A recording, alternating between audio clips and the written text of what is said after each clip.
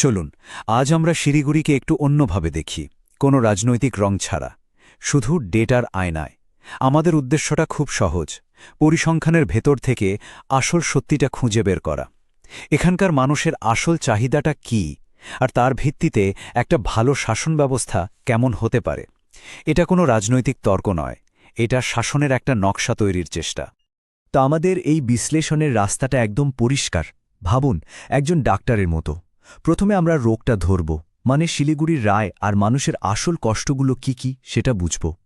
তারপর রোগের কারণ খুঁজব, মানে এই যে এত বড় রাজনৈতিক বদল তার পেছনে কি ছিল। আর সবশেষে একটা প্রেসক্রিপশন, একটা নিরাময়ের পথ বাতলে দেব, যা একটা কার্যকরী শাসনের ব্লুপ্রিন্ট হতে পারে। চলুন শুরু করা যাক। প্রথমেই আসি শিলিগুড়ির কথায়।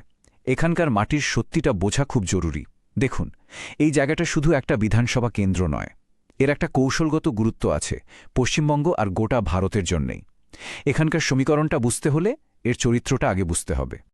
এই ম্যাপটা দেখলেই ব্যাপারটা পরিষ্কার হয়ে যায়। শিলিগুড়ি ঠিক কোথায় বসে আছে?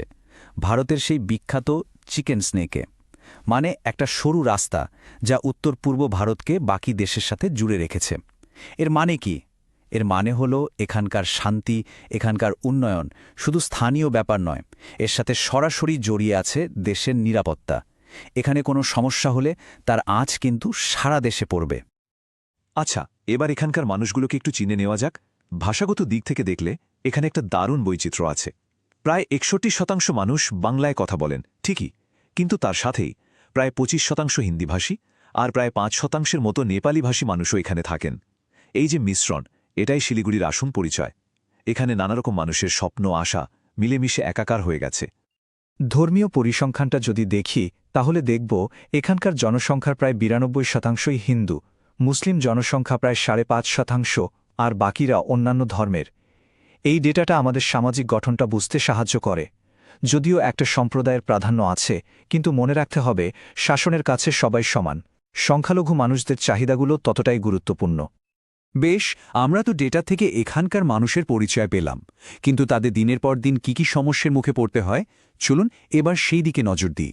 মাটি থেকে যে আওয়াজগুলো উঠে আসছে সেগুলোই আসল জনমত, সেগুলোই আমাদের শুনতে হবে। এই যে উন্নয়ন ঘাটতি সূচক, এটা আমাদের 4টে বড় সমস্যার দিকে আঙুল তুলছে। প্রথম আর সবচেয়ে মারাত্মক হল বাঁধের সমস্যা। তিস্তা আর মহানন্দার দুর্বল বাঁধের জন্য প্রতি বছর বন্যা এখানকার মানুষের জীবন তছনছ করে দেয়। দ্বিতীয় বড় সংকট, যুবকদের চাকরি, এটাও উচ্চ পর্যায়ে। তৃতীয়ত রাস্তাঘাট, জাতীয় সড়কগুলো গর্তে ভরা, যা যোগাযোগ ব্যবস্থাকে প্রায় অচল করে দিয়েছে। আর চতুর্থত রেশন নিয়েও মাঝে মাঝে সমস্যা হয়। এগুলো কিন্তু আলাদা আলাদা কোনো ঘটনা নয়, এগুলোই এখানকার মানুষের রোজকার লড়াইয়ের ছবি।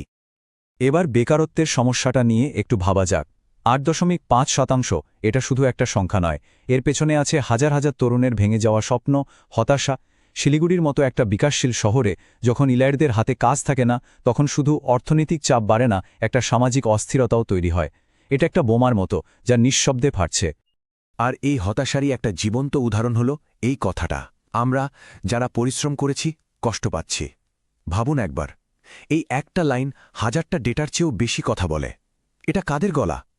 এটা সেই সব চাকরি প্রার্থীদের গলা যারা শিক্ষক নিয়োগ কেলেঙ্কারির মতো ঘটনায় নিজেদের ভবিষ্যৎ নষ্ট হতে দেখেছে। যখন যোগ্যতার দাম থাকে না, তখন মানুষের মনে যে অবিশ্বাস আর ক্ষোভ জন্মায়, এই কথাটাই তার প্রমাণ। আর এই ক্ষোভই কিন্তু পরে ভোটের বাক্সে গিয়ে পড়ে। আমরা তো সমস্যাগুলো চিহ্নিত করলাম, কিন্তু এর ফল কি হল? এবার সময় রাজনীতির কাটাছেড়া করার। 2016 থেকে 2021, এই 5 বছরের শিলিগুড়ির রাজনৈতিক ছবিটা কিভাবে আমূল বদলে গেল, চলুন সেই রহস্যের গভীরে যাওয়া যাক। এই চার্টটা দেখুন, এটা কোনো সাধারণ পরিবর্তন নয়, এটা একটা রাজনৈতিক ভূমিকম্প। 2016তে বিজেপির ভোট ছিল মাত্র 11.5%, আর 2021-এ সেটা এক লাফে পৌঁছে গেল 50%। ভাবা যায়? অন্যদিকে সিপিআইএম, যারা 46%-এর বেশি ভোট পেয়ে জিতেছিল, তারা নেমে এলো মাত্র 16%। তৃণমূলেরও ভোট কমল। মানেটা খুব পরিষ্কার, বামেদের যে বড় ভোট ব্যাংক ছিল তার প্রায় পুরোটাই বিজেপির দিকে চলে গেছে। এটা আসলে টিএমসি বিরোধী ভোটের একটা বিরাট একজোট হওয়া। তাহলে যিনি জিতলেন, অর্থাৎ বর্তমান বিধায়ক শঙ্কর ঘোষ, তার দিকে একটু তাকাই। ওনার শক্তি কোথায়? ওনার স্থানীয় যোগাযোগ খুব ভালো, কারণ তিনি আগে কাউন্সিলর ছিলেন, শিক্ষিত, আর দলে তার একটা শক্ত অবস্থানও আছে, কিন্তু দুর্বলতাও আছে। তিনি কিছুদিন আগেই বিজেপিতে এসেছেন, তাই অনেকের মনেই একটা বিশ্বাসের অভাব থাকতে পারে, আর বিধায়ক হিসেবে এটা তার প্রথমবার, তাই বিধানসভায় কাজের অভিজ্ঞতা এখনও তৈরি হয়নি। এই শক্তি আর দুর্বলতার মধ্যেই ওনাকে কাজ করে যেতে হবে। তাহলে এই বিরাট বদলের পেছনের আসল কারণগুলো কি কি? যদি এক কথায় বলি, 4টে মূল কারণ। 1. টিএমসি বিরোধী ভোটটা যা আগে বামেদের কাছে ছিল সেটা এক ছাতার তলায় মানে বিজেপির কাছে চলে আসা। 2. বিজেপির একটা শক্তিশালী সংগঠন যারা মানুষের দরজায় দরজায় পৌঁছতে পেরেছে। 3. প্রার্থীর নিজের এলাকার লোক হওয়াটা একটা বড় ফ্যাক্টর। আর 4. তারা খুব সফলভাবে স্থানীয় ইস্যুর সাথে জাতীয়তাবাদী ভাবাবেগকে মিশিয়ে দিতে পেরেছে। দেখুন, কোনো একটা কারণে কিন্তু এই বদল হয়নি, এটা একটা পুরো সিস্টেমের ফল। বেশ, রোগ নির্ণয় হল, রোগের কারণও বিশ্লেষণ করা হলো। এবার তো প্রেসক্রিপশনের পালা। এই পর্বে আমরা একটা পরিষ্কার ডেটা নির্ভর পরিকল্পনার কথা বলবো, মানে কিভাবে একটা কার্যকরী শাসনের রূপরেখা তৈরি করা যায়।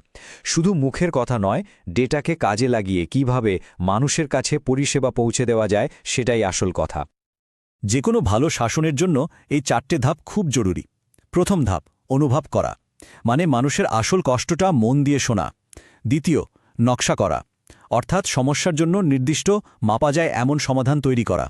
তৃতীয়, প্রদান করা, মানে সেই সমাধানটা মানুষের কাছে পৌঁছে দেওয়া। আর শেষ এবং সবচেয়ে গুরুত্বপূর্ণ ধাপ, বিশ্বাস অর্জন করা, যেটা আসে স্বচ্ছতা আর ধারাবাহিকতা থেকে। এই 4টে ধাপ একটা চাকার মতো, যা ঘুরলে তবেই শাসনের গাড়িটা এগোয়। একটা উদাহরণ দিলে ব্যাপারটা আরও পরিষ্কার হবে। যেমন ধরুন, NH-55 হাইওয়ের জন্য 200 কোটি টাকা দেওয়া হয়েছে। এটা শুধু একটা টাকার অঙ্ক নয়। এই যে গর্তে ভরা রাস্তা, এটা শিলিগুড়ির মানুষের রোজকার একটা যন্ত্রণা। এই রাস্তাটা ঠিক হলে কি হবে? ব্যবসা বাণিজ্য বাড়বে, মানুষের সময় বাঁচবে। এটাই হলো গভর্নেন্স রিটার্ন অন ইনভেস্টমেন্ট, মানে শাসনের বিনিয়োগ থেকে মানুষের লাভ। ঠিক একইভাবে 1000 গরিব পরিবারের জন্য নতুন বাড়ি আর জেলা হাসপাতালের উন্নতির জন্য 50 কোটি টাকার প্যাকেজ, এগুলো সরাসরি মানুষের জীবনের মান উন্নত করে। একটা ভালো ছাদ আর ভালো চিকিৎসা, এগুলো তো মানুষের প্রাথমিক অধিকার। সরকার যখন এই কাজগুলো করে তখনই তো মানুষের ভরসা জন্মায়। এখান থেকে একটা খুব জরুরি জিনিস শেখার আছে। সবার জন্য একই দাওয়ায় এই নীতিটা কিন্তু শাসনে চলে না। প্রত্যেকটা সম্প্রদায়ের নিজস্ব কিছু চাহিদা থাকে।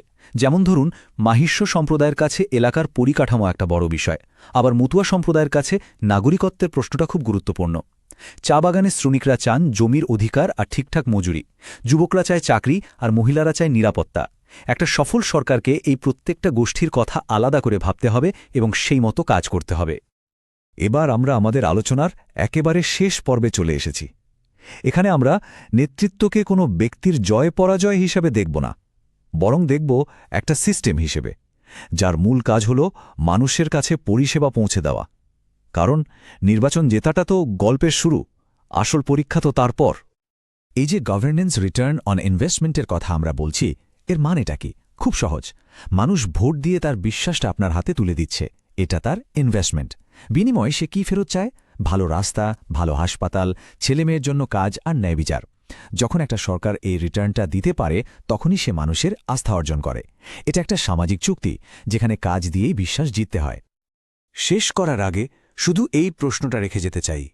ডেটা, বিশ্লেষণ, এগুলো আমাদের একটা ম্যাপ ধরিয়ে দিতে পারে, দেখিয়ে দিতে পারে রাস্তাটা কেমন, কোথায় বাধা আছে আর গন্তব্যই বা কোথায়। কিন্তু প্রশ্ন হল, মানুষের সেবা করার এই কঠিন পথে হাঁটবে কে? ডেটা তো শুধু পথ দেখায়, পথটা তো নেতৃত্বকেই হাঁটতে হয়। আসল চ্যালেঞ্জটা ঠিক সেখানে।